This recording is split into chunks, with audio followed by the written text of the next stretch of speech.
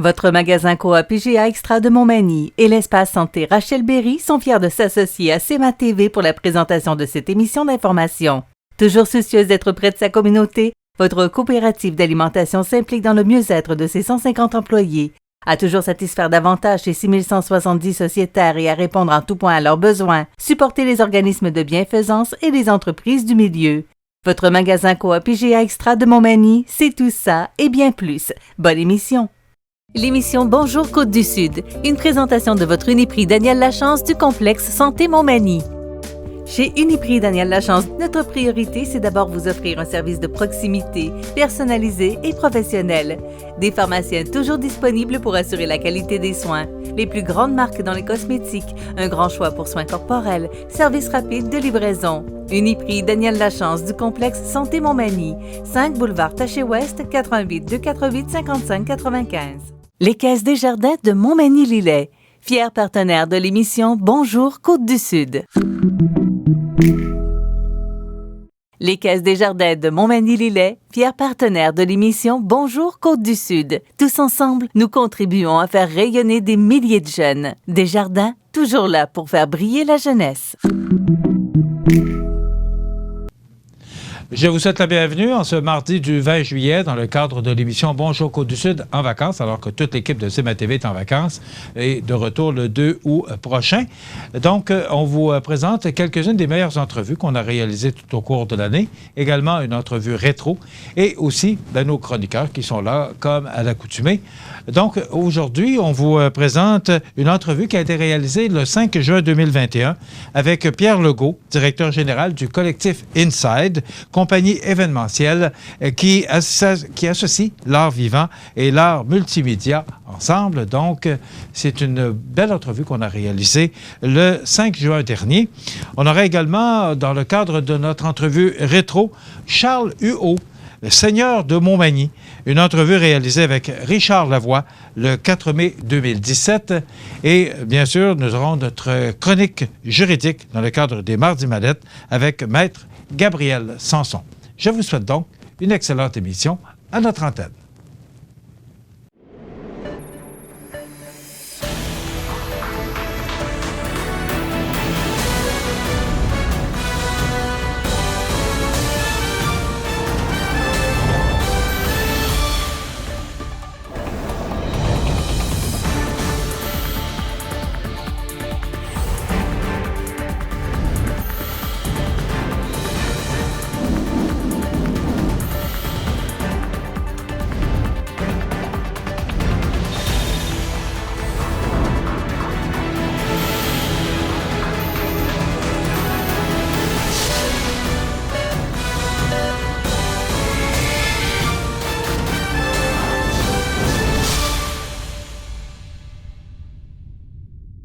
L'entrevue du jour, une présentation de la résidence des bâtisseurs Monseigneur Deschênes à Montmagny, une résidence privée pour aînés située au cœur de Montmagny, pour vivre en toute quiétude. La résidence des bâtisseurs Monseigneur Deschênes à Montmagny, une résidence privée pour aînés située au cœur de Montmagny. Personnel compétent, service 24 heures sur 24, infirmière, entrée sécuritaire contrôlée et plus encore. La résidence des bâtisseurs Monseigneur Deschênes pour vivre en toute quiétude. Mon prochain invité, c'est M. Pierre-Luc Legault. Il est directeur général et artistique du collectif Inside. M. Legault, bonjour. Bonjour. M. Legault, expliquez-moi ou définissez-moi collectif Inside. Qu'est-ce que c'est au juste? Oui, le collectif Inside, c'est une compagnie d'événementiel où est-ce qu'on associe l'art vivant et l'art multimédia ensemble afin de stimuler la communauté à passer même à l'action, en fait. Donc, avec des œuvres artistiques, nous, on a fait beaucoup des œuvres immersives où est-ce que c'est du théâtre, mais le monde peut déambuler à l'intérieur et se promener. On invite les gens à être interpellés par l'art dans des causes sociales, comme là, aujourd'hui, on va parler beaucoup des relations de travail et de l'épuisement au travail. Et notre intérêt est d'aller au-delà de l'art. Donc, après l'événement spectaculaire, c'est d'aller un peu plus loin encore avec d'autres formations, par exemple, qu'on est en train de monter. OK. Parce qu'on veut parler de santé mentale, parce que, c'est le problème et on le retrouve dans les milieux de travail. Quelle est votre intervention au juste? Quel rôle vous pouvez jouer pour aider les entrepreneurs à ce niveau-là? Ben, ce qui est particulier avec les relations de travail, et justement en ce moment, on parle beaucoup de santé mentale au travail, ben, c'est que c'est très individuel, ben, c'est très personnel aussi, et c'est encore très tabou, je dirais. Euh, Puis en même temps, quand on parle de santé, c'est drôle parce qu'on est mélangé avec la santé. On parle beaucoup de problèmes de santé mentale en ce moment, alors que la santé mentale, ben c'est bon. Mais des fois, on est encore mêlé de penser que la santé mentale, c'est peut-être on l'associe encore à maladie mentale. Ce qui est intéressant de faire comme parallèle, c'est avec la santé physique. T'sais, tout le monde sait qu'il faut qu'on soit en forme, qu'on soit bien dans notre corps, qu'il faut faire du sport pour être bien dans la vie. Mais ça nous prend toute une motivation pour le faire parce que même si je le sais, c'est pas vrai que je m'en vais faire du jogging tous les matins parce que je le sais. Fait qu'il nous faut un engagement personnel pour le faire. Fait qu'avec l'art en tant que tel, c'est là qu'on trouve que c'est percutant. De parler aux émotions, c'est là que c'est différent. Il y a beaucoup de formations qui parlent seulement à la tête, je dirais, pour donner des connaissances qui sont pertinentes. Mais après, ça ne suscite pas nécessairement l'engagement. C'est avec l'art, des fois, qu'on peut venir susciter les émotions pour faire comme « Ah ouais, ça me parle, puis je veux m'engager, puis changer des choses. » OK. Donc, vous pouvez, au niveau artistique, parce qu'on parle d'un film, entre autres, là, vous pouvez, à travers votre côté artistique, aider les gens en santé mentale au travail ou exactement, définissez-vous. Comment vous pouvez aider ces gens-là? Exactement. Ben, je peux parler un petit peu du film puis montrer justement de quelle façon on interagit avec ça. Alors, on a créé un film qui s'appelle Post-Mortem, qui expose une fausse entreprise, qui est complètement inventée, mais qui ressemble beaucoup à des entreprises qui peuvent ressembler au Québec. Des entreprises où est-ce que c'est très plaisant de travailler. On a des espaces de coworking, on a des poufs, des plantes, on a des bureaux branchés, très allumés. On a l'impression de jouer en travaillant. Mais ça n'empêche pas qu'on travaille comme des malades quand même. Justement, au début du film, il y a un employé qui éclate littéralement en morceaux de vitre. Partout sur son bureau, il y a de la vitre, sur sa chaise. Il y a même un collègue qui en reçoit dans le dos. Tout le monde arrive au bureau puis fait « Wow, qu'est-ce qui se passe? C'est quoi? C'est Simon, ça? Il est arrivé quoi à Simon? » Puis en même temps, d'autres fois, en parler trop, un peu comme le parallèle de quelqu'un qui tombe en burn-out puis qui part en congé maladie. On ne sait pas trop comment réagir avec ça. Puis avec le film, ce qui est intéressant, c'est qu'à partir de là, les employés, quand même, comme dans la vie de tous les jours, on va quand même pas laisser tout tomber, fait qu'on retourne quand même au travail. Et on avale de travail et on retourne chacun de notre côté, on va commencer notre journée de travail. Finalement, ça va être une journée quand même confrontante et c'est là que c'est intéressant pour le spectateur. Il peut suivre le personnage de son choix en sélectionnant à la fin de chaque scène quel personnage a envie de suivre dans sa journée de travail. Ce qui est intéressant avec cette initiative-là, c'est de justement faire en sorte de personnaliser un peu l'expérience, mais aussi que chacun a vécu un élément complètement différent. Fait qu'à la fin de l'aventure, de faire comme « Ah, toi, t'as vu quoi? Moi, j'ai vu ci. Ah oui? » Puis pour vrai, honnêtement, tout le monde qui ont vécu cette expérience-là finissent par « Ah, parce que moi aussi, dans ma vie, ça ressemble à telle chose. Je vis le même enjeu. » Et là, on brise complètement le tabou, la stigmatisation. Le projet, à chaque fois que j'en parle, il y a une personne sur deux qui me dit « Dans ma vie, j'ai traversé un burn-out. » Puis ça prend de comme franchir une barrière pour pouvoir le dire, on dirait. Alors que finalement, on réalise que tout le monde est un peu associé à ces impacts-là du surmenage ou de la pression de la performance. Fait que par le biais de l'art, par le film, on est capable de briser un peu cette barrière-là, de rendre ça peut-être moins personnel en pouvant parler de personnages qui sont extérieurs à nous et de réaliser qu'on a beaucoup en commun finalement, à dialoguer puis à trouver d'autres pistes de solutions. C'est là qu'on est en train de monter des formations aussi en milieu de travail pour pouvoir commencer ce dialogue-là et aller plus loin dans l'implémenter en milieu de travail parce que c'est des enjeux complexes. OK. Vous parlez de formation. C'est à l'intérieur de vos formations que vous présentez ce film-là? Oui, exactement.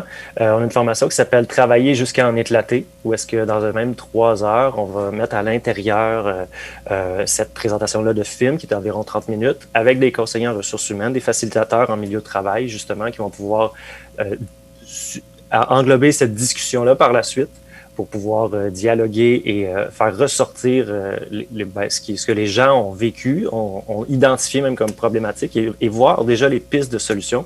Parce qu'ils ne sont pas tout le temps tellement loin, mais ils sont tout le temps propres à chacun quand même. Donc, on a des experts qui vont pouvoir aider les gens à aller justement plus loin et à personnaliser l'expérience selon le milieu de travail et le contexte aussi. Qu'est-ce qui vous a donné l'idée de ce film-là et aussi d'offrir une formation aux entrepreneurs? c'était très personnel au final, parce que moi-même, j'ai peur d'éclater. Ah oui? Je suis carriériste dans la vie. Ben oui, certainement. Je pense que personne n'est à l'abri d'éclater. Moi, je suis carriériste, je m'accomplis beaucoup dans le travail. J'aime me réaliser dans le travail. Mais où la limite? Où est ma limite? Et où est-ce que je trouve l'équilibre entre la vie professionnelle, même si j'ai des bonnes aspirations, puis j'aime ce que je fais, mais ma vie personnelle, qui est aussi importante, puis que j'aime aussi faire des choses de mon côté. Où est-ce que je trouve la limite dans une société où est-ce qu'on performe tout le temps de plus en plus vite? Tout nous encourage à aller plus vite, tout le temps plus vite, puis à en faire tout le temps en plus. Ben, je me pose vraiment la question. Fait que, Est-ce que la pandémie a fait que les problèmes de santé mentale dans les entreprises ont augmenté ou si c'était déjà criant avant la pandémie? ben, c'est ça qui est un peu malheureux dans le projet, c'est que ce projet-là a commencé en 2017. Donc, c'était déjà dans l'air du temps et on voyait déjà les statistiques qui étaient autour de cette détresse-là. La pandémie a fait qu'accentuer les problèmes, c'est sûr. C'est encore plus dans l'air du temps, avec les gens qui sont en télétravail, avec les équipes qui sont plus à distance. Même il y a un article ce matin qui sortait dans Radio-Canada qui disait que justement, les gens prennent moins de vacances parce qu'il n'y a pas grand-chose d'autre à faire que travailler. Fait qu'il y a un gros enjeu autour de soi. Et ce qui est positif quand même, c'est que les entreprises sont de plus en plus ouvertes à en parler et identifient le problème comme étant vrai. C'est 47% des entreprises qui définissent que l'épuisement professionnel est un enjeu cette année pour vrai chez eux. Donc, il faut en parler. On est plus susceptible peut-être de souffrir d'isolement, tout ça. Donc, c'est sûr que la pandémie a eu un effet peut-être négatif sur notre état, mais je dirais qu'il y a aussi une opportunité d'en parler plus. Donc, c'est de plus en plus dans l'air du temps, on en parle de plus en plus. Avec la semaine nationale, c'est un bon moment aussi pour en parler. Fait que, il y a comme du bon, il y a de la lumière au bout du tunnel, je dirais, avec tout ça.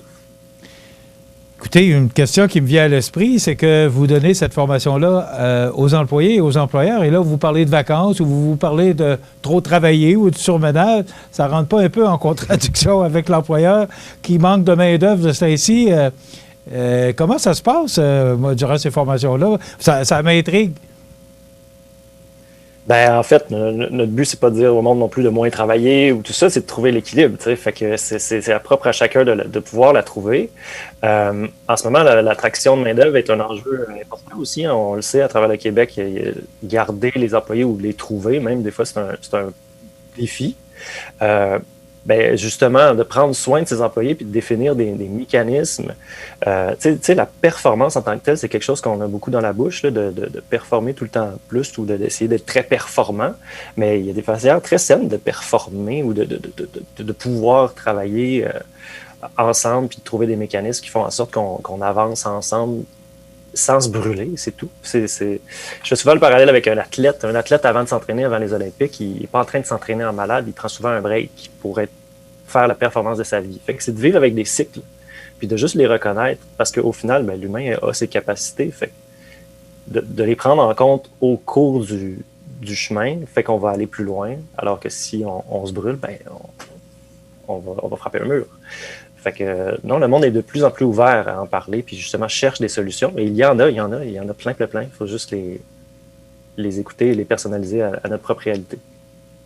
C'est quoi la réaction des gens par rapport à vos formations? Tout le monde trouve que justement le film est très, très semblable à leur réalité.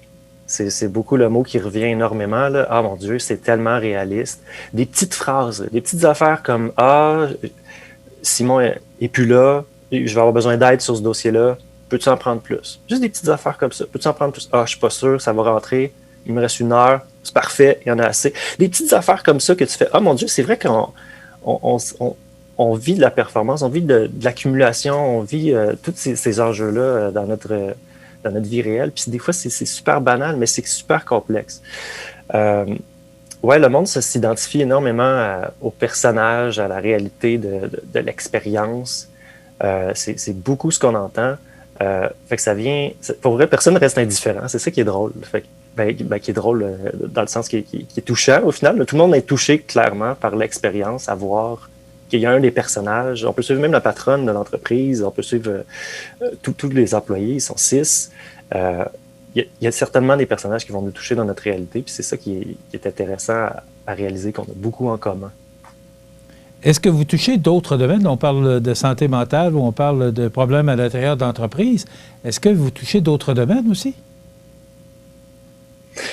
Pour l'instant, là, c'est l'équilibre au travail est vraiment au centre de notre travail là, depuis quelques années. Ce ne sera pas exclusivement les projets d'Inside, mais pour l'instant, Proche Portem est vraiment notre projet central là, avec l'atelier de sensibilisation travailler jusqu'en éclaté. On est vraiment dans la sensibilisation en milieu de travail, mais on va aussi créer un parcours de formation sur l'équilibre au travail pour justement s'entraîner à implémenter en milieu de travail certaines pratiques qui peuvent être encouragées, puis en discuter à travers le temps. Fait que ça va être des parcours thématisés avec les personnages qui vont être étalés à travers le temps. Donc, à chaque mois, avoir un certain entraînement, accompagné aussi encore avec nos experts. Fait que c'est vraiment ce qu'on fait en ce moment, qu'on sent qu'il y a aussi le plus grand besoin. Ouais. Et ce que je comprends en 60 secondes, là, c'est que vous ne manquerez pas d'ouvrage parce qu'il y a beaucoup de problèmes actuellement à l'intérieur des entreprises au niveau de la santé mentale à cause de la pandémie. Oui, exactement. En ce moment, c'est 32% des travailleurs qui sont susceptibles de déclarer un épuisement professionnel.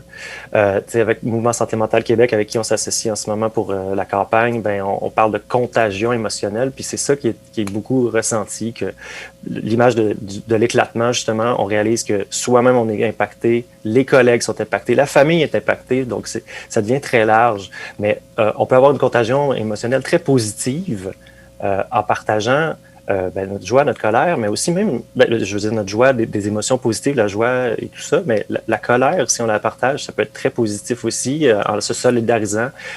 Et la peur, on peut y faire face ensemble. Donc, de juste partager tout ça en ce moment, c'est ce qu'on a besoin. C'est ce qu'on sent qu'on a le plus besoin. Donc, on essaie d'être là aussi en piste de solution. Monsieur Legault, content de savoir qu'il y a des organisations comme vous qui existent parce que, il y a des besoins et on en est bien conscient. C'est content de savoir que votre organisation s'occupe justement de ces gens-là qui ont des besoins. Monsieur Legault, merci beaucoup d'avoir été avec nous. Merci énormément. Merci de l'invitation. OK, au revoir. Voilà, monsieur Pierre-Luc Legault, qui est directeur général et artistique du collectif Inside. Ça complète, on s'arrête. L'entrevue du jour, une présentation de la résidence des bâtisseurs Monseigneur Deschênes à Montmagny, une résidence privée pour aînés située au cœur de Montmagny, pour vivre en toute quiétude. Les Caisses des Jardins de Montmagny-Lillet, fier partenaire de l'émission Bonjour Côte-du-Sud. La vaccination contre la COVID-19 se poursuit partout au Québec.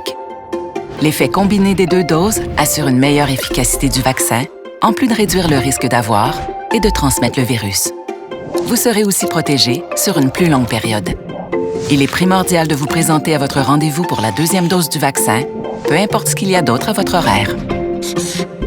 La 2e dose du vaccin est essentielle. Le club de golf Montmagny est un superbe terrain de golf avec son panorama donnant directement sur le majestueux fleuve Saint-Laurent. Son parcours de 18 trous en normale 72 a de quoi donner des maux de tête même aux habitués de ce sport. D'une distance de 6400 verges, le club de golf Montmagny mettra à profit l'ensemble des bâtons dont vous disposez. Vous voulez passer du bon temps dans un décor magnifique? Le club de golf Montmagny. Pour information, 418 248 1872 ou golfmontmagny.org. Si vous avez des belles ventes et pas une scène dans le compte de banque, c'est probablement que vous payez du long terme avec du court terme. L'agilité financière, c'est important en période de crise. Parlez-en à votre CPA.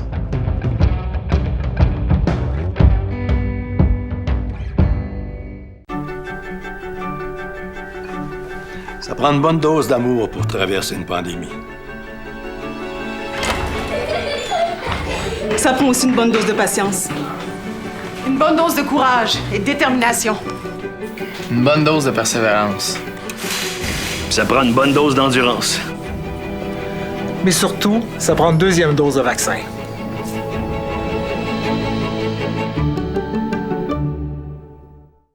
La toute nouvelle clinique d'optométrie Skyvision à Montmagny vous offre un examen de la vue accessible rapidement, le jour, le soir et même le samedi. Grand choix de montures pour tous les goûts, les styles et le budget. C'est une équipe jeune, dynamique avec un service incomparable. 61C Boulevard Taché-Ouest ou skyvisionoptométrie.com. Desjardins et ses membres sont toujours là pour faire briller la jeunesse. Les jeunes ont des rêves, des ambitions, des projets. Et les caisses Desjardins de Montmagny-Lillet sont fiers de les soutenir et de les faire rayonner. Desjardins, toujours là pour faire briller la jeunesse.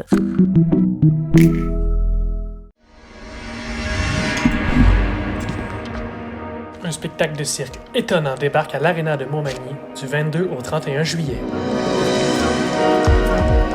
7 représentations gratuites pour toute la famille.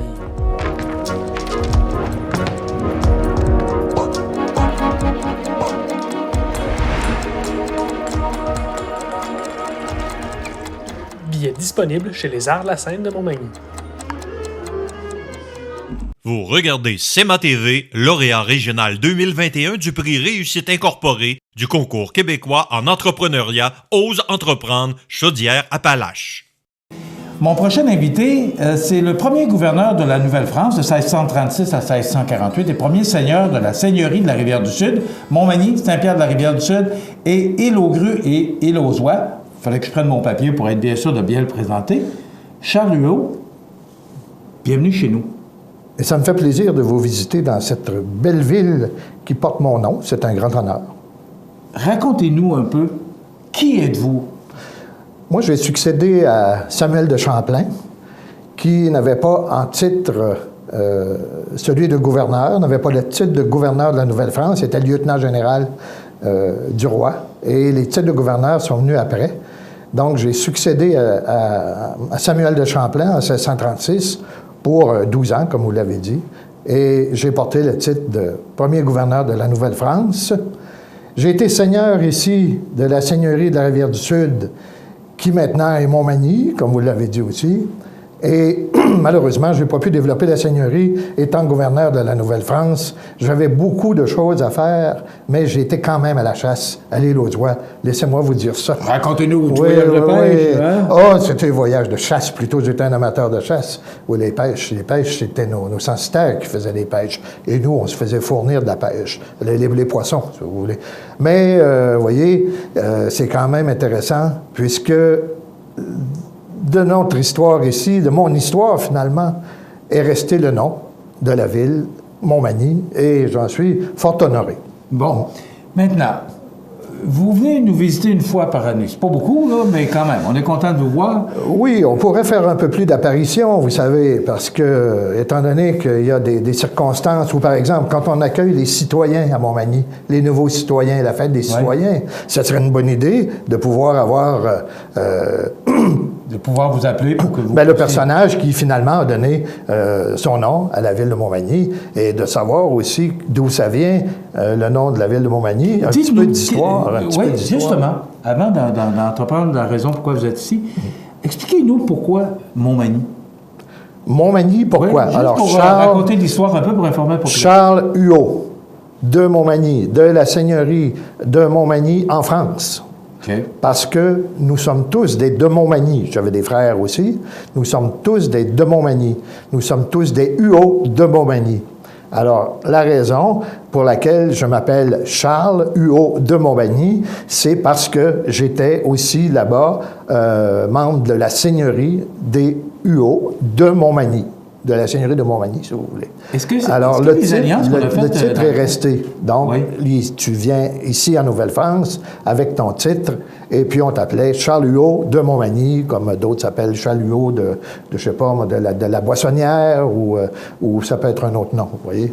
Les alliances qu'on a faites il y a quelques années avec l'Auvergne et le Montmagny en France, ça avait rapport, justement, avec cette histoire. Absolument. Un rapport absolument direct. Mm-hmm. C'est de cet endroit que venait Charles Huot de Montmagny.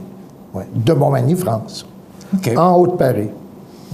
Maintenant, la plantation du mai, qui doit avoir lieu dimanche, tout dépend de la température. Si jamais la température n'est pas clémente, ce sera remis au dimanche suivant. Mais la plantation du mai, racontez-nous, M. Huot de Montmagny, qu'est-ce que c'est la plantation du mai? M-A-Y. Écoutez, il y a des traces de la plantation du mai. La plantation du mai, c'est un peu la fête du printemps. Hein? C'est le retour du beau temps, des beaux jours, les semences et tout. On est au mois de mai. Généralement, ça se fait au début mai. Ça, dans certaines circonstances, c'était une fête religieuse. Charlot de Montmagny était très proche de la religion, était chevalier de l'ordre de de Jérusalem ou de l'ordre de Malte. Là. Alors, c'est la croix qu'il porte au cou, que je porte au cou. Cette fête était à caractère religieux ou à caractère civil. On en a des traces au 13e siècle en France.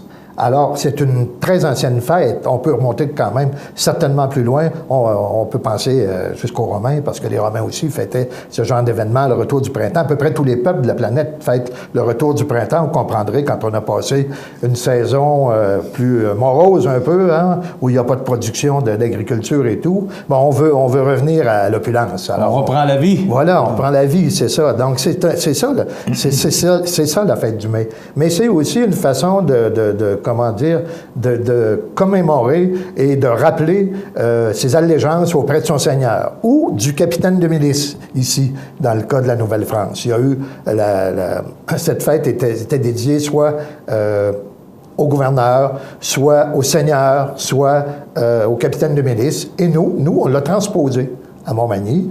Présentement, ce qu'on fait, c'est qu'on reconnaît aussi des citoyens qui sont méritants. Souvent, ce sont des bénévoles. Et cette année, ce sera un écrivain de 96 ans, mon cher M. Montmagny. Oui. 96 ans, M. Jean-Noël Paquette, et qui a écrit 11 livres, 11 ouvrages, dont 2 qui traitent de Montmagny. Et je trouve ça très intéressant qu'on puisse fêter un monsieur de 96 ans, qui est un de nos compatriotes, qui est revenu résider à Montmagny, parce qu'il était en Estrie avant pour pratiquer en dentisterie pour le gouvernement du Québec. Racontez-moi, comment le choix est fait de ces personnalités-là? Parce qu'à chaque année, ça fait quelques années qu'on fait ça, la plantation du mai, et on reconnaît justement le travail où on reconnaît des personnages, comme vous venez de nommer. Ça peut être des ambassadeurs hein, aussi, c'est voilà. ça. On fait le choix comment, ces personnes? On le fait en regardant surtout l'implication pour Montmagny, dans l'implication dans la société magnimontoise, si vous voulez. Surtout beaucoup à titre bénévole. Et puis, on le fait aussi pour voir comment ces gens-là peuvent donner du rayonnement à notre histoire, à notre ville, comment ils peuvent être les porteurs de ce que nous sommes. Et dans le cas de M. Paquet, bien, lui, c'est un écrivain, donc il a écrit sur notre histoire un roman historique et puis une chronique, là, si vous voulez, à caractère historique qui parle de nous. Donc, il nous fait rayonner, si vous voulez. Donc, c'est pour cette raison que lui a été choisi. Vous voyez, c'est un peu ça. C'est très souvent des choses qui sont faites de façon bénévole, mais ça n'empêche pas que ça peut être autre chose aussi. Là. Bon, et c'est significatif aussi, cet événement-là. Oui, on reconnaît un personnage, mais la plantation du mai en tant que telle, parce qu'il y a un geste aussi qui est posé dimanche prochain. Hein? Oui. Racontez-nous un peu, c'est quoi le geste? Bien, la plantation du mai, en plus, c'est Charles-Huot de Montmagny qui l'a amené en Nouvelle-France. C'est quoi un mai? Un mai, c'est un sapin ébranché, qu'on ébranche jusqu'en haut, mais le fait de l'arbre en haut, on conserve les branches et on le pavoise, on le décore avec des rubans. Il y en a certains qui mettaient une girouette. On enlève l'écorce pour que le tronc soit blanc et les habitants, les miliciens, arrivent avec les fusils et puis tirent au fusil à blanc, à la poudre noire, sur le tronc blanc, pour le noircir. C'est une fête. Et les gens prennent un petit verre de rhum, mangent des galettes, chantent, s'amusent. C'est vraiment une fête printanière. Et puis, souvent, comme c'est au mois de mai, c'est le mois de Marie, Charles-Huot de Montmagny aimait bien rappeler, lui qui était très religieux, qu'il avait une dévotion à la Vierge Marie. Mais dans notre cas, c'est très civil et c'est la commémoration de cette ancienne fête européenne qui a été transposée ici, en terre d'Amérique française, par Charles-Huot de Montmagny, justement. Ça fait quelques années, M. Huot, qu'on fait cette fête-là. Pourquoi on a ressorti ça des boulamites? Permettez-moi l'expression, là, parce que ça fait pas longtemps qu'on le fait, mais moi, je trouve ça heureux qu'on puisse se rappeler, parce que le moment d'histoire que vous nous rappelez aujourd'hui, Bien, ça fait partie de notre histoire. C'est le fun de la réentendre, mais pourquoi on ne le fait pas beaucoup. On a décidé de refaire cet événement? On le faisait couramment au Québec, au Canada français, jusqu'au 19e siècle, jusqu'à la fin du 19e siècle, vers les années 1890 à peu près. Et cette tradition-là, c'est un peu perdu là, avec la modernité et le reste. Sauf que de nos jours, il y a eu ce qu'on appelait les reconstituteurs historiques, un retour un peu à nos fondements pour pouvoir connaître un peu plus notre histoire, justement. Et on a ramené cette tradition-là. À Montmagny, on la faisait de façon un peu farfelue. On allait planter un arbre comme ça, un sapin sur les glaces, et on attendait. C'était une espèce de concours qui faisait que celui qui pouvait aller toucher le sapin le plus tard possible avant la débâcle gagnait. Une espèce de compétition locale. Ça se faisait un peu partout aussi. Ça se faisait même sur le fleuve Saint-Laurent entre Québec et Lévis. Vous voyez, ça a changé au fil des ans. Alors que la reconnaissance, bien entendu, des seigneurs, c'est terminé avec le régime seigneurial. Hein. En 1854, le régime seigneurial était aboli, ce qui n'a pas aidé à la poursuite de cette tradition-là.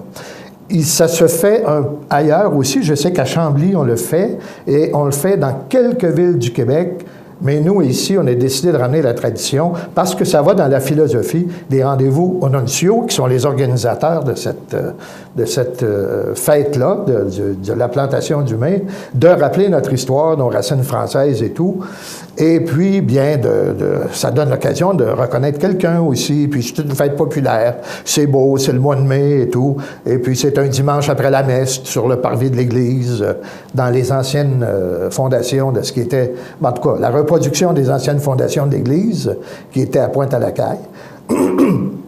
Et bien voilà, ça fait partie du mandat que s'est donné les rendez-vous Onontio que de transmettre notre histoire. Que ce soit l'histoire au régime français ou au régime anglais, ou plus récente, ou les relations avec les Premières Nations, ça fait partie de notre mandat. On a arrêté de faire les grands rendez-vous Onontio que vous avez sans doute vus aussi il y a quelques années, parce qu'on manquait d'effectifs, on manquait de bénévoles. Mais on a décidé de garder la corporation active et de poursuivre cette tradition-là qui, finalement, cette année, va se faire en 2 jours. Le samedi précédent la plantation, donc samedi prochain, il y aura, beau temps, mauvais temps, il y aura M. Paquet qui sera à la bibliothèque et qui sera interviewé par Richard Lavoie, l'ethnologue, Magny-Montois, et les gens pourront échanger avec lui sur pourquoi il y a une passion pour l'histoire, qu'est-ce qu'il a écrit, d'où il vient, c'est quoi sa vie. Vraiment une belle interview avec quelqu'un de 96 ans, ça va être très intéressant. Alors, grosso modo, vous voyez, c'est ça.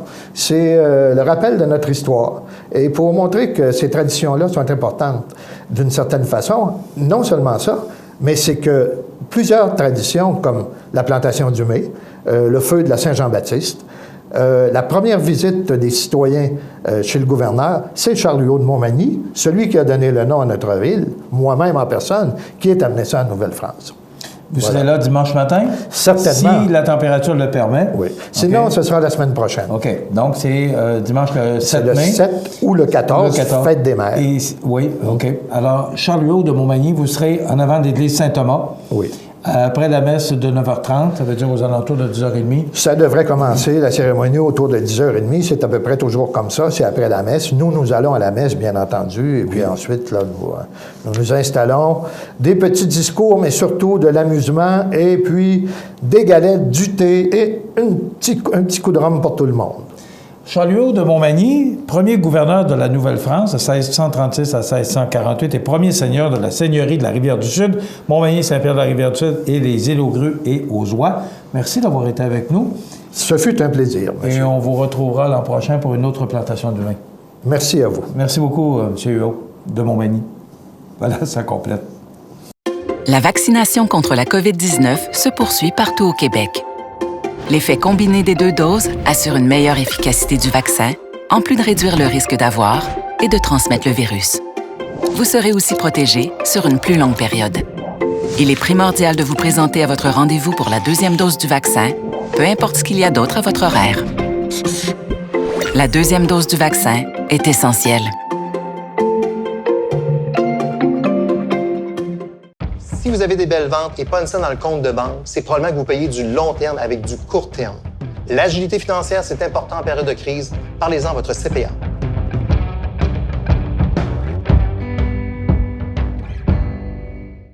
La résidence Manoir Saint-Louis, c'est une entreprise familiale qui met à la disposition de ses résidents autonomes et semi-autonomes tous les services et divertissements dans une ambiance de confort, de respect et d'écoute. La résidence Manoir Saint-Louis fait sur mesure pour vous, 248-0071.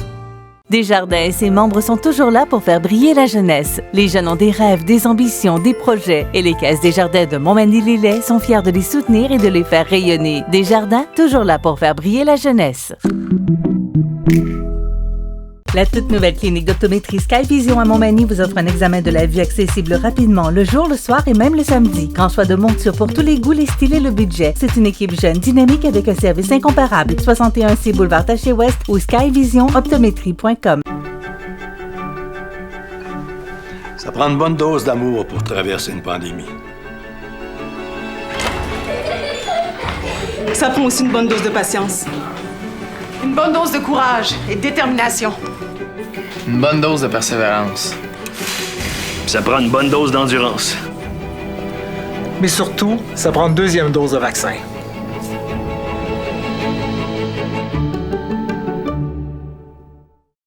Vous regardez CEMA TV, le média numéro 1 sur la Côte-du-Sud.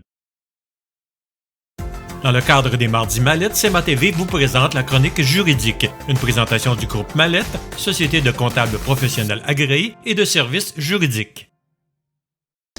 Je vous souhaite la bienvenue à cette autre chronique juridique dans le cadre des Mardis Mallette. Je suis en compagnie de Maître Gabrielle Sanson. Bonjour. Bonjour. Depuis quelques chroniques, on parle d'hypothèque, hypothèque légale de la construction. Là, on va parler de la quittance. Oui. C'est quoi la définition d'une quittance? Une quittance, dans le fond, ça se trouve être l'acte par lequel le créancier, donc la personne qui nous a soit prêté des sous ou qui a des droits sur notre immeuble, dans le fond, ce créancier-là va venir reconnaître qu'il a reçu toutes les sommes qui lui sont dues. Donc, par un document, le créancier va venir dire « Oui, c'est correct, moi j'avais une garantie sur l'immeuble. Toutes les sommes qui me sont dues m'ont été payées, donc j'accepte de signer un document pour effacer cette garantie-là. » Donc, les gens, souvent, ne sont pas au courant qu'on a l'étape, l'hypothèque qui se fait soit quand on achète une maison ou quand on veut refinancer. Les hypothèques légales, comme justement on a parlé dans la dernière chronique, qui peuvent s'enregistrer automatiquement sur notre maison ou notre immeuble, peu importe, là, si jamais on est en défaut de paiement. Donc, c'est vraiment un document qu'on doit par la suite obtenir du créancier pour venir effacer sur notre propriété parce que si on veut réemprunter, si on veut hypothéquer à nouveau, si on veut vendre notre propriété par la suite, il va falloir que cette hypothèque-là ou cette garantie-là soit effacée. Donc, c'est ça la quittance, c'est vraiment le document qui est signé par le créancier ou dans des cas plus rares, si c'est vraiment impossible, on a des recours avec le tribunal là, pour pouvoir faire effacer ces garanties-là. On va s'en tenir à celle que c'est le créancier qui signe. Et aujourd'hui, là, ça fait 2 ans que j'ai vendu ma maison. Je ne savais pas que ça existait une quittance. Est-ce que, après 2 ans, on a payé le créancier, on a toujours bien payé. Tant qu'on n'a pas ce papier-là, on reste attaché avec le créancier, même 2 ans après avoir terminé nos paiements? En tant que tel, c'est que c'est sûr que le paiement du prêt en tant que tel, ça ne suffit pas. Donc, on va prendre vraiment l'exemple, là, si j'emprunte pour acheter ma maison ou pour refinancer sur ma maison. Oui, c'est sûr que le créancier, à ce moment-là, mon solde est à 0, donc il n'y a pas de recours contre moi. Il ne peut pas faire un recours pour dire, moi, je veux devenir propriétaire de la résidence parce qu'il n'y a plus aucune somme qui lui est due. Par contre, il y a une protection qui est la garantie qui se trouve à rester enregistrée sur l'immeuble. C'est vraiment distinct. On a le prêt qui devient à 0 et on a l'hypothèque qu'on avait fait avec le notaire, dans le fond, qui est un document à part du prêt. Le contrat. Qui est le contrat, exactement, qu'on enregistre, dans le fond, au registre foncier. Quand c'est enregistré au registre foncier, ça suit toujours l'immeuble. Donc, si on ne l'efface pas, le propriétaire suivant va avoir cette garantie-là qui est enregistrée. Ça se peut qu'il n'y a pas de recours possible avec cette garantie-là parce que dans les faits, moi, j'avais remboursé mon créancier, mais le propriétaire subséquent, il ne pourra pas financer. Lui, il ne pourra pas faire d'emprunt parce que quand on fait un emprunt, notre créancier dit je te prête des sous, mais je veux avoir une garantie sur ta maison. Et la garantie, je veux que le notaire me confirme que c'est un premier rang, donc je suis le seul créancier qui est enregistré. Si on a un autre qui est un ancien créancier qui est encore enregistré, on n'a pas de confirmation que c'est à zéro, on n'a pas de confirmation qu'on n'a pas réemprunté sur ce prêt-là avec le créancier par la suite et qu'on avait gardé l'hypothèque en vigueur. Donc, c'est sûr que ça ne fonctionnera pas parce que c'est toujours le premier créancier qui est enregistré qui peut faire un recours. Donc, c'est pour ça qu'il faut vraiment faire l'acte d'effacer cette hypothèque-là par la quittance, dans le fond. OK. Qui demande la quittance? C'est le débiteur, l'emprunteur? Oui, dans le fond... c'est pas le créancier qui... Le créancier, il ne va pas vous appeler pour vous dire, bon, mais maintenant, vous pouvez quittancer. C'est sûr que vous allez peut-être en parler si vous refinancez. Ils vont voir avec vous, est-ce qu'on garde la même hypothèque, est-ce que c'est possible, mais on vous refait un nouveau prêt, ou si on doit quittancer l'ancienne hypothèque et faire une nouvelle hypothèque. Dans les cas de refinancement, là, c'est sûr que vous allez en discuter avec votre créancier, mais parce que vous demandez un nouvel emprunt. Sinon, c'est sûr que c'est le débiteur lui-même.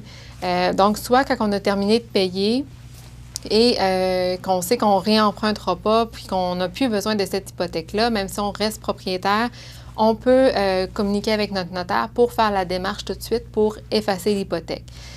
Dans le fond, c'est sûr que des fois, ça peut être bien, mais nécessairement, c'est comme toute chose, les frais de registre foncier augmentent à chaque année. Donc, c'est sûr que faire la quittance aujourd'hui va être quelques dollars de moins que de la faire dans 3 ans. Mais c'est sûr que c'est pas une si grosse différence que ça. Donc, ça dépend si on pense réemprunter aussi avec notre créancier.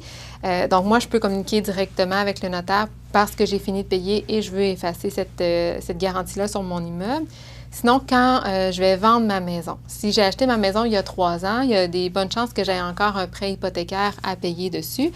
C'est sûr qu'au moment où je mets ma maison en vente, je n'ai pas les liquidités sur moi pour rembourser tout de suite mon créancier. Donc, c'est vraiment avec le prix de vente, le notaire qui s'occupe de la transaction va demander au créancier les documents nécessaires pour savoir qu'est-ce qu'on doit lui rembourser. Et c'est le notaire qui va faire la démarche, préparer le document, faire les vérifications et obtenir la signature du créancier sur la quittance parce que c'est le notaire qui doit assurer à l'acheteur qu'il n'y a pas de risque qu'il y ait une hypothèque là, qui reste en suspens sur l'immeuble. Donc, c'est à ce moment-là que ça va se faire ou, comme je disais, lors du refinancement. Donc, c'est les 3 principales étapes, dans le fond, là, les 3 fois probablement qu'on va avoir besoin de penser à la quittance. Qui paie les frais de quittance? Encore une fois, ce n'est pas le créancier. C'est sûr que, comme quand on a parlé... Je suis surpris. Comme quand on a parlé de l'hypothèque légale, la construction, c'est sûr que des fois, il y a des ententes qui se font avec le créancier, mais de façon générale, il faut se dire que c'est une garantie qu'on a sur notre immeuble parce que nous, on a eu un besoin d'emprunt. Donc, le créancier nous a prêté des sous en disant, moi, je dois avoir une garantie. Donc, c'est sûr que ce n'est pas à lui d'assumer le fait que là, maintenant, on n'a plus besoin d'hypothèque. Mais c'est sûr que c'est le propriétaire de la propriété qui va assumer les frais. Donc, de façon générale, c'est la même personne qui va avoir emprunté initialement. Sauf si moi, j'ai vendu ma maison et qu'on a transféré mon hypothèque à mon acheteur. C'est plus rare, mais ça peut arriver. Ou des cas qui sont rares, mais s'il y a une hypothèque qui a été oubliée à un moment donné, c'est sûr qu'au moment où je vends la maison, moi, comme propriétaire, vendeur, je dois assurer qu'il n'y a pas d'hypothèque, donc je vais devoir assumer ces frais-là, mais je vais pouvoir avoir certains recours quand même pour me faire rembourser ce que l'hypothèque de l'ancien propriétaire, là, si elle n'avait pas été effacée. Mais c'est sûr que c'est nous, comme propriétaires, là, qui avons ces frais-là à payer, malheureusement. Le créancier peut-il refuser de signer la quittance? La quittance, c'est sûr que si jamais il nous reste un solde à payer, nécessairement, non seulement il peut, mais il va probablement refuser.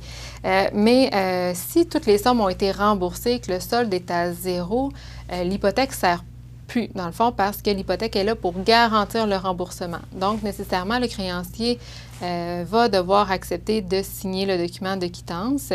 Je ne vous dis pas que c'est le document qu'on peut obtenir le plus rapidement. Là. Souvent, les quittances, c'est que pour les créanciers, le dossier est pas mal terminé. Il reste juste à signer la quittance. Ça arrive avec certains créanciers qu'on en a pour 3, 4, 5 mois avant d'avoir un retour de document. Mais je vous encourager de se passer... Oui. Mais de façon générale, c'est ça, dans ce temps-là, on fait beaucoup de rappels, on attend, mais de façon générale, là, ça se fait rapidement maintenant avec la plupart des créanciers. Quand tout est remboursé, on obtient la quittance, puis on a des plateformes pour fonctionner avec eux qui vont très bien. Mais c'est sûr qu'à ce moment-là, il va signer la quittance. Les gens, on leur dit il ne faut pas qu'ils soient inquiets si c'est long à signer, c'est dans la procédure, mais dès que tout est remboursé, on n'a pas d'inquiétude à avoir, la quittance va se signer. C'est sûr que je veux juste faire une petite parenthèse. Là, je parle de quittance, c'est plus simple là, de venir expliquer, mais c'est normal aussi, les gens maintenant vont souvent peut-être entendre parler de main levée. Il y a plusieurs créanciers maintenant qui accordent seulement des mains levées et non des quittances. C'est quoi la différence entre les deux? Le principe est le même. Donc, ce que ça veut dire, c'est qu'on efface l'hypothèque qu'il y a sur notre maison. Et la quittance, c'est que le créancier va venir vous dire il n'y a plus aucune somme qui est due, je confirme qu'il n'y a plus de somme qui m'est due, donc j'accepte aussi d'effacer l'hypothèque sur la propriété. Tandis que la main levée, ça permet au créancier de se garder une porte ouverte. Il dit présentement, les sommes qui me sont dues sont remboursées. Donc, j'accepte d'effacer l'hypothèque qu'il y a sur la propriété. Mais je me garde la porte ouverte. Si jamais, par exemple, en faisant les vérifications, il y a une petite portion du prêt qui était encore due, qu'on aurait oublié, ou si le prêt servait pour plusieurs propriétés, donc il y a un montant qui est encore dû, mais on avait d'autres propriétés en garantie et on accepte d'effacer la garantie sur une des propriétés seulement. On va y aller par main levée. Donc, on efface la garantie quand même. Moi, si je vends ma propriété, l'hypothèque sera plus sur la maison par la suite. Mais moi, vis-à-vis de mon créancier, ça veut dire qu'il peut y avoir certaines sommes encore qui sont dues. La majorité du temps, on a un prêt pour une propriété en garantie. Donc, c'est souvent le principe que le créancier se protège aussi. C'est déjà arrivé par le passé que quand ils nous disent lors de la transaction, par exemple, c'est 125 000 qui nous est dû, on procède au remboursement. Dans ce temps-là, on a un engagement du créancier que sur réception de 125 000, ils sont obligés de signer la main levée ou la quittance. Donc, nous, pour la transaction, pour l'acheteur, il n'y a aucun problème. Mais c'est déjà arrivé par le passé que le créancier, ensuite, il se rendait compte, oups, on avait oublié un 12 000, une tranche de prêt qui était à part, qui nous restait due. Donc, ça fait que pour la transaction, on est protégé, l'hypothèque va être quand même effacée, mais le créancier lui-même garde son recours personnel contre son emprunteur si jamais il y a un montant qui est encore dû. Et quand c'est terminé, est-ce que c'est le créancier qui donne la main levée ou s'il faut le demander comme on demande la quittance? Une main levée, dans le fond, ça se trouve c'est pour effacer la garantie sur l'immeuble. Donc, le processus est le même. Nous, on s'occupe de faire. C'est juste que le document est un petit peu différent, mais c'est un document encore là qui est enregistré pour effacer la garantie qu'il y avait. Puis quand c'est une tranche de prêt qui reste à la fin, puis qu'on n'a plus de garantie sur l'immeuble, bien, c'est sûr que à ce moment-là, c'est bien pour nous, comme emprunteurs, d'obtenir quand même une lettre, une confirmation écrite du créancier qui vient dire on confirme tout ce qui était dû là, est remboursé. Mais c'est sûr que par la main levée, le créancier s'était gardé la possibilité, là, si jamais il y a des sommes qui sont encore dues à quelque part. OK. Est-ce utile lorsqu'il y a une hypothèque sur un immeuble? Est-ce seulement utile lorsqu'il y a une hypothèque sur un immeuble? Dans le fond, si c'est seulement utile, dans le fond, non. Dans les faits, c'est sûr qu'on a en tête, quand on a une hypothèque sur notre immeuble, on obtient une quittance ou main levée pour effacer l'hypothèque. Mais c'est sûr que les gens doivent avoir le réflexe aussi. Moi, pour vous faire un exemple, si je dois des sous à ma mère m'a prêté, par exemple, 15 000 $ parce que j'en avais besoin. On s'est entendu que je lui rembourse avec des montants mensuels et finalement, ma mère décède. Si c'est soit qu'on avait écrit le prêt, soit que mes frères et sœurs sont au courant que j'ai emprunté ce montant-là à ma mère.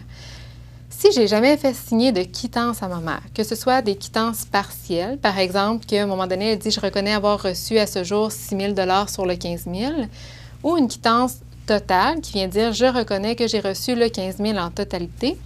Au décès de ma mère, qu'est-ce qui va dire à mes frères et sœurs que j'ai bien remboursé ma dette? Moi, il va falloir que je réussisse à démontrer que je ne dois plus le 15 000 à ma mère. Parce que si je le dois encore, c'est la succession qui va me le réclamer. Donc, c'est sûr que je ne veux pas avoir à payer deux fois. Ce Ce qui est important, c'est à ce moment-là, c'est de penser si on a une dette envers quelqu'un, peu importe la dette, quand le remboursement est fait en totalité, quand on a terminé notre entente, on se signe un document comme quoi on reconnaît qu'il y a quittance, que tout a été remboursé. Comme ça, on évite bien des problèmes plus tard. Puis, c'est souvent dans des cas de succession là, que là, on n'a pas les preuves de paiement, puis que la personne dit qu'elle a payé, mais on n'a plus... Le créancier est décédé, malheureusement, donc il n'est plus en mesure de venir confirmer ça. Est-ce que ça doit se faire devant notaire ou ça peut se faire qu'entre Entre deux nous, personnes? ça peut se faire. Encore là, c'est sûr que, comme dans plusieurs choses, c'est toujours bien d'avoir un témoin qui peut venir confirmer que moi, je n'ai pas falsifié le document là, pour signer au nom de ma mère. Mais ça peut se faire entre nous, entre deux personnes. Ce n'est pas obligé d'être notarié. Et c'est aussi bon? Oui, exact. Il faut garder l'original, dans le fond. Ça prend un témoin qui est... Et c'est sûr qu'on se protège beaucoup plus quand on a un témoin qui est extérieur. Par exemple, je ne prendrais pas mon conjoint pour être témoin du fait que ma mère reconnaît que je lui ai tout remboursé. Mais on peut toujours se prendre un témoin qui vient dire « oui, j'étais là » et elle a confirmé que c'était bien remboursé. Et le témoin est décédé, mettons ça au pays. Là, c'est sûr qu'à ce moment-là, on a quand même, on est capable de, supposons qu'on se ramasse dans des recours, là, que là, il y a des contestations et tout ça, on a des moyens de faire des preuves de la signature de la personne et de retracer quand même des virements qui ont été faits et tout ça. On a toujours moyen de s'organiser, mais on ne veut pas se rendre là. Oui, effectivement. Merci beaucoup. C'est toujours très intéressant. Donc, la quittance, si vous avez terminé de payer votre hypothèque, demandez et empressez-vous de demander une quittance parce que c'est long. Ce que je comprends, le processus, c'est long. Ça peut être long, mais dans ce temps-là, c'est d'être patient parce que le reste est fait, le remboursement est fait. Et c'est un document nécessaire, obligatoire, parce que sinon, il y aura un lien sur votre propriété. Exactement. Merci beaucoup. Merci. J'ai bien appris ma leçon. C'est bien. Alors voilà, ça complète notre chronique juridique pour aujourd'hui dans le cadre des Mardis Mallettes.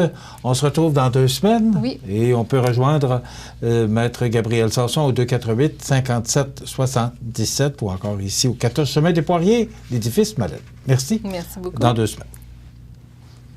Dans le cadre des Mardis Mallettes, CMA-TV vous présente la chronique juridique, une présentation du groupe Mallette, société de comptables professionnels agréés et de services juridiques.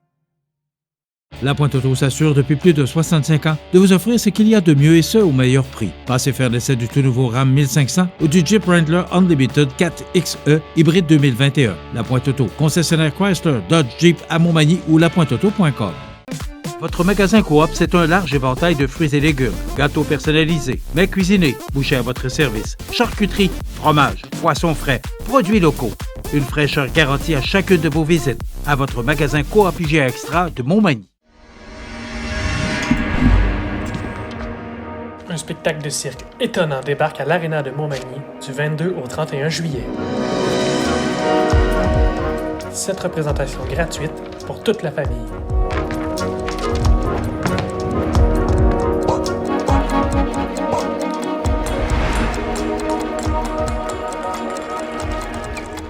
Billets disponibles chez les Arts de la Seine de Montmagny.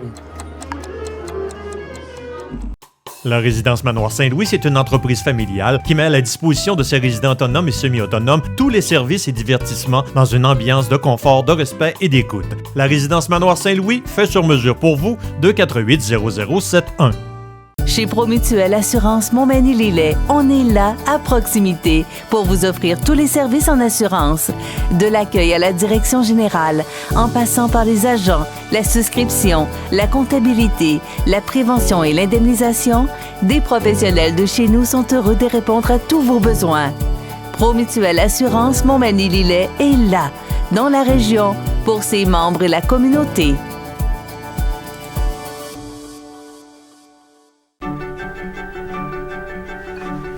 Ça prend une bonne dose d'amour pour traverser une pandémie. Ça prend aussi une bonne dose de patience. Une bonne dose de courage et de détermination. Une bonne dose de persévérance. Ça prend une bonne dose d'endurance. Mais surtout, ça prend une 2e dose de vaccin.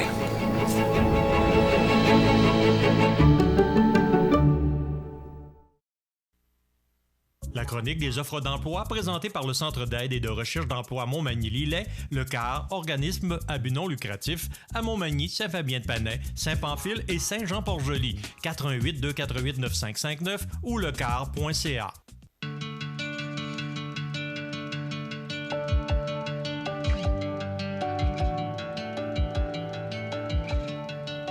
Alors, c'est le temps de vous présenter notre chronique des offres d'emploi de ce mardi 20 juillet.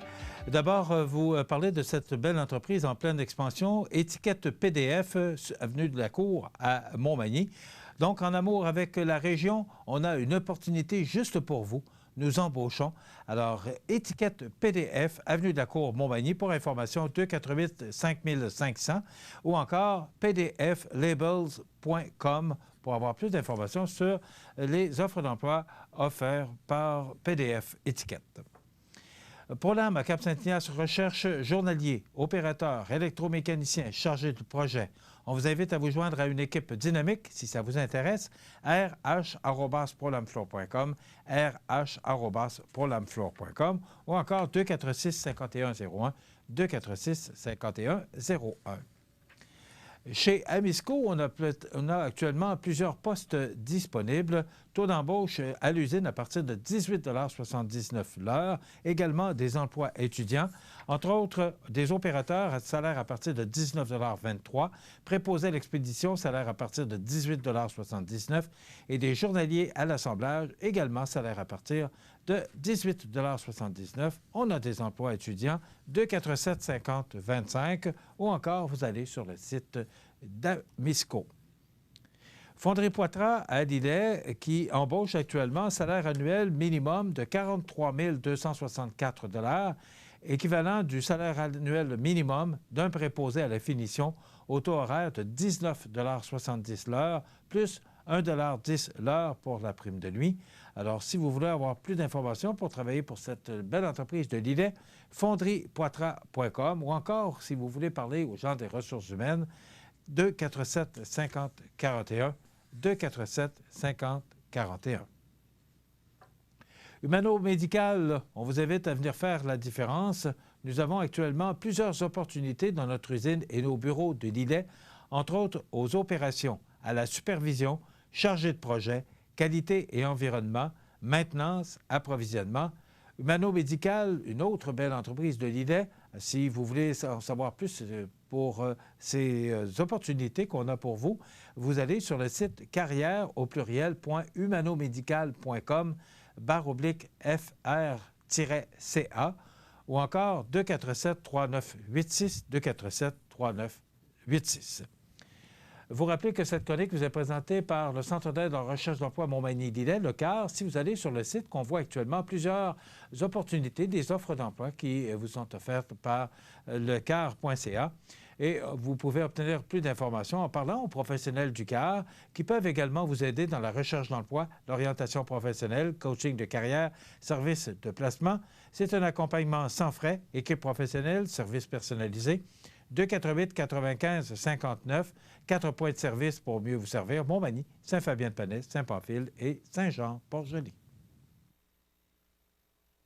La chronique des offres d'emploi présentée par le Centre d'aide et de recherche d'emploi Montmagny-Lillet, le CAR, organisme à but non lucratif, à Montmagny, Saint-Fabien-de-Panay, Saint-Pamphile et Saint-Jean-Port-Joli, 418-248-9559 ou lecar.ca. Vous regardez CEMA TV, le média numéro 1 sur la Côte-du-Sud. Santé, beauté, photo. Votre Jean Coutu de Montmagny, c'est tout ça et encore bien plus. Jean Thibault et toute son équipe du Jean Coutu de Montmagny sont fiers de s'associer à CEMA TV dans la présentation de la pouponnière et profitent de l'occasion pour féliciter les heureux parents. Vous regardez CEMA TV, le média numéro 1 de l'information sur la Côte-du-Sud. La résidence funéraire Boulanger vous propose une gamme complète de services personnalisés afin de répondre à tous vos besoins en matière de funérailles. Nous vous fournissons des installations de services innovants qui répondent en évolution des familles d'aujourd'hui. Nous prenons soin de vous afin que vous puissiez vous concentrer sur ce qu'il y a de plus important, votre famille, vos amis et vous-même. Salon funéraire adapté pour votre plus grand confort, grand stationnement et facilité d'accès. La résidence funéraire Boulanger, pour bien faire dans la dignité. Veuillez prendre note qu'aujourd'hui, il n'y a pas d'avis de décès. L'émission Bonjour Côte-du-Sud, une présentation de votre Uniprix Daniel Lachance du complexe Santé Montmagny. Service professionnel 88 248 55 95.